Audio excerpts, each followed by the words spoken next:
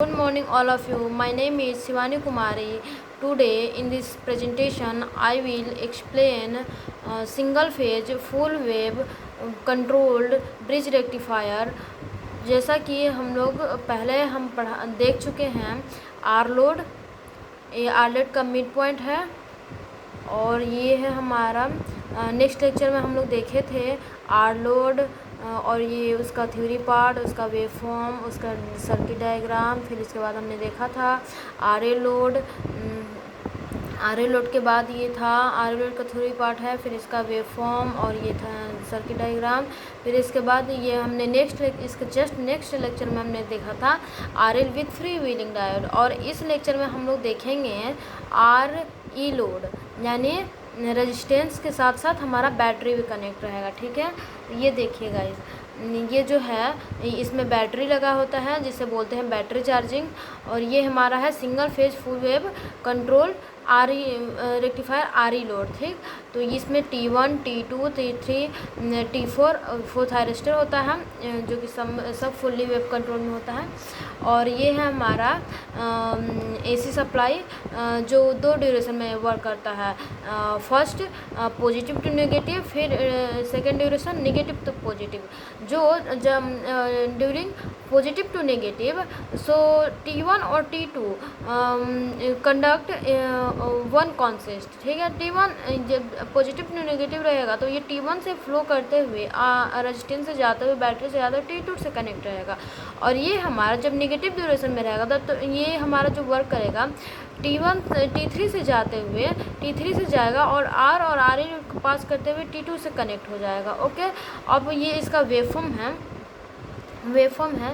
तो ये हमारा वोल्टेज सोर्स का वेवफॉर्म है, जो ये पॉजिटिव ड्यूरेशन और ये नेगेटिव ड्यूरेशन। ओके, और ये हमारा जब हम इसको अल्फ़ा और हम इसको स्टार्ट करते हैं तो ये हमारा ये T1 और T2 फॉरवर्ड बाइस में रहता है।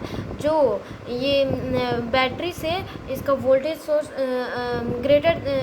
बैटरी के ग्रेटर देन वोल्टेज सोर्स रहता है, जिससे इसका ग्राफ जो बनता है ये V0 के ऊपर बैटरी रहता है जो कि यहाँ से कंडक्ट होता है। और यह हम लोग इसका जो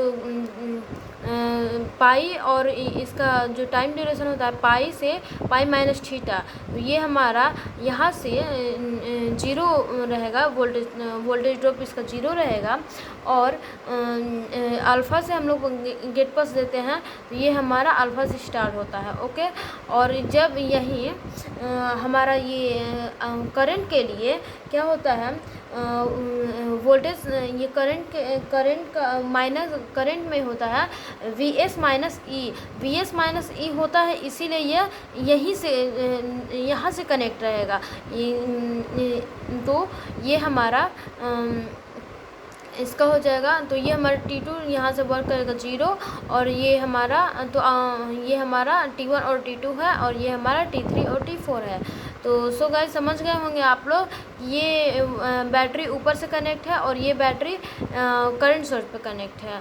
सो क्यों है, बिकॉज ये इसका जो होता है जब ये हमारा T1 और T2 फॉरवर्ड बाइस में रहता है तो हमारा ई से ग्रेटर रहता है VS, और इसमें रहता है